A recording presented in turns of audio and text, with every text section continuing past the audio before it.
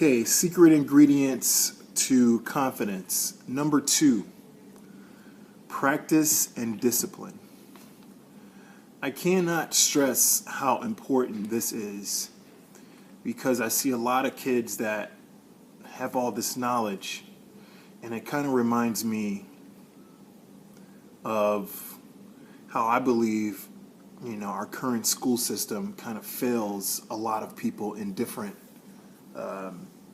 industries. Not all of them, some things you go to school for, they make sure you go all the way through with it.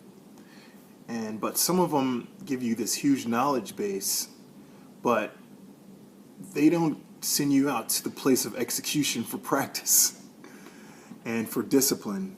And that's something that you kind of got to learn yourself or from your mentors or whatever the case may be in some industries where a school is concerned. But where this school is concerned, and what you guys learned from us, we definitely show you guys how to practice and how to exercise discipline because it's absolutely necessary for you to be successful. There is no way in any particular situation outside of an absolute miracle or absolute luck that you get into a particular situation and you face that situation with full confidence without actually practicing or having discipline. And to show you an example of that, there was this one guy, I forget his name, but he just did a skydive from the tip of outer space. And I was like, wow, that's fascinating that he's going to be able to go to the tip of space and just jump out. I'm thinking, like, this guy has to be absolutely terrified of the idea of doing something like that. And then I did a little research on it, and he had actually did a couple dives, like, maybe like a few months or a few weeks before, close to the level that he was jumping from again. So what he was actually doing was breaking a record, but he had already jumped from a very high height in the first place. So what he was doing, he was actually having practice and establishing that discipline in his conscious and his subconscious level of himself, so he knows that he can actually get out there and achieve this thing. And when I saw him do the actual dive, like, it was fascinating for him to dive from the spaceship and just fall down, from outer space, and he had no control over his body.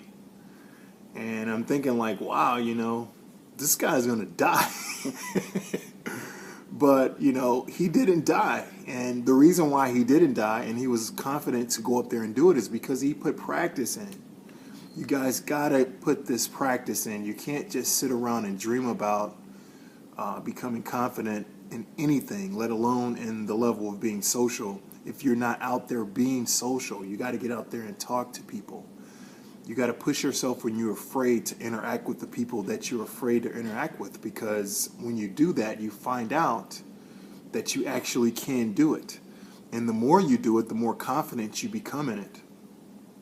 A lot of the guys teach that you're going to be afraid to actually go up for an approach. It's always going to be some level of anticipation when you go up and meet anyone for the first time. But if you practice enough, or if you're out there enough practicing and talking to people, it won't be as hard of a situation for you to converse with people if you're doing it all the time.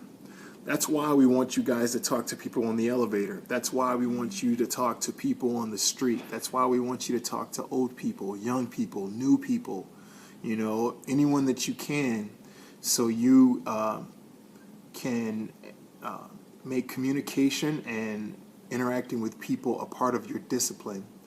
And the only way you can do that is for you to practice. So get out there, man, and say something to some people. Let them talk to you, listen to them, and respond.